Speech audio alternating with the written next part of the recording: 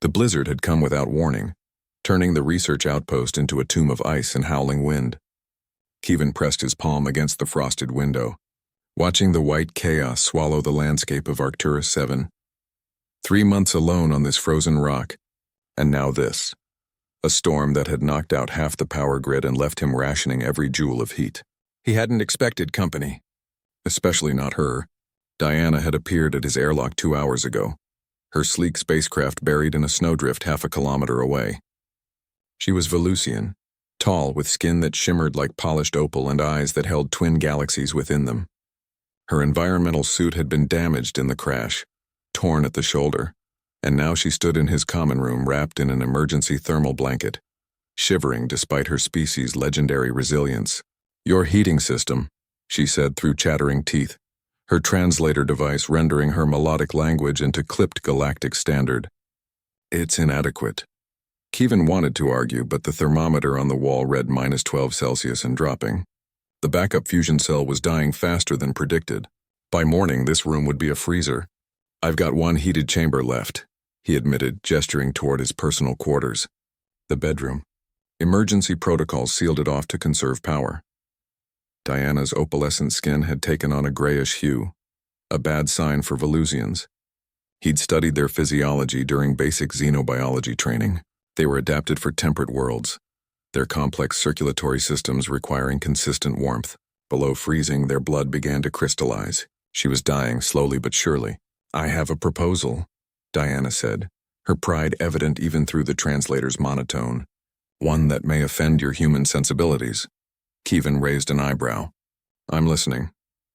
Velusians generate significant body heat when in close proximity to compatible life forms.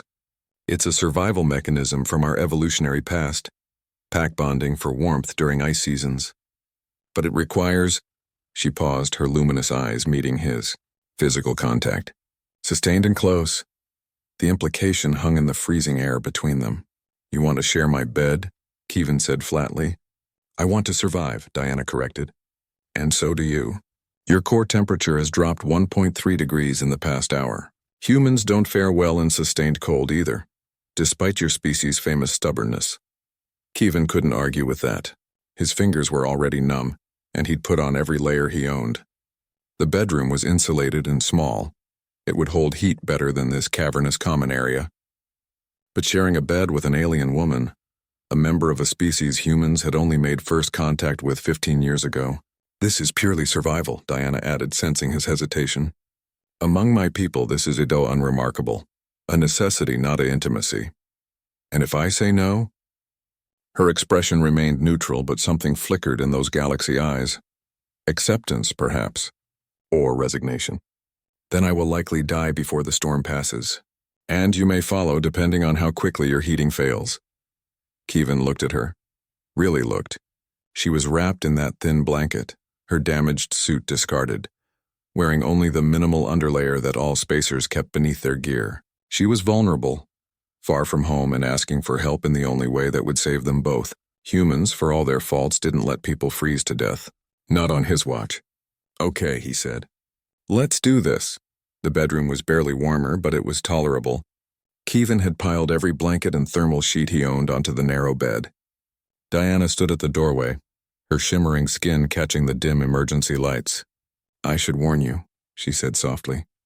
"Velusian body temperature will feel extreme to you initially, but your body will adjust." "How extreme?" 43 degrees Celsius. "We're warm-blooded by your standards," Kevin swallowed. That was like hugging a fever, but he'd read the reports. Velusians weren't just hot, they were living heat batteries when their biology kicked into survival mode. With proper contact, they could keep a small space warm for days. They climbed into the bed with clinical efficiency, Diana lying on her side, Kevin behind her. The moment his chest touched her back, he gasped. She wasn't just warm, she was radiating heat like a portable reactor. It was shocking, almost painful, but as seconds passed, his shivering began to ease. "Pull the blankets over us," Diana instructed. "Trap the heat." He did, creating a cocoon around them. Within minutes, the microclimate between their bodies had risen to a survivable temperature. Kevin could feel his fingers tingling as circulation returned. "Your species is strange," Diana murmured, her voice drowsy. So quick to trust even when logic says otherwise. We're good at adapting, Kevin replied. It's kind of our thing. I've heard the stories about humans.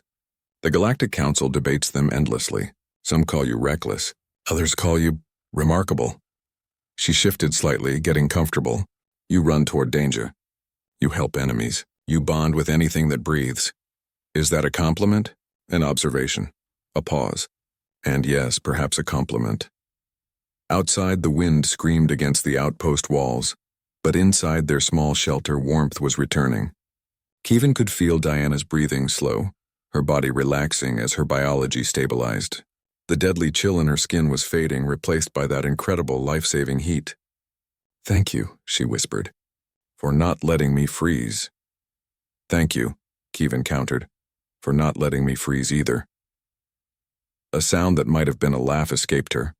"I suppose we're even then." They lay there through the long night, two beings from different worlds, sharing warmth and survival in the darkness. Kevin thought about the absurdity of it. A lonely human researcher and a stranded Velusian pilot, pressed together in a bed on the edge of known space, defying the cold through sheer biological cooperation. Humans had made it to the stars not because they were the strongest or the smartest, but because they refused to give up. They adapted, they improvised, they made allies in the strangest places. And sometimes survival meant setting aside pride and accepting help, no matter how unconventional. "Kevin?" Diana's voice was barely audible over the storm. "Yeah? When we get out of this, when my people come for me and your relief ship arrives, I'm going to tell them about this. About you. Going to make me famous. Going to tell them that humans are exactly what the optimists say. Crazy, warm-hearted, and absolutely impossible to kill." Kevin smiled in the darkness. "That's the nicest thing anyone's ever said about us." By morning, the storm had passed. The snow stopped. The emergency power flickered back to life, and Diana's rescue beacon finally punched through the atmospheric interference. They separated with awkward politeness, two survivors who'd shared something uniquely human. The refusal to let someone die when there was another option, no matter how strange. As Diana's rescue ship descended through the clearing skies, she turned to him one last time. "Perhaps I'll see you again, Kevin of Earth." "I'd like that," he replied. She smiled, an expression her species rarely showed to outsiders, and vanished into the airlock. Kevin watched her ship lift off, carrying her back to the stars. He turned back to his lonely outpost, but somehow it felt less lonely now. Humanity, after all, had a talent for making friends in the coldest places.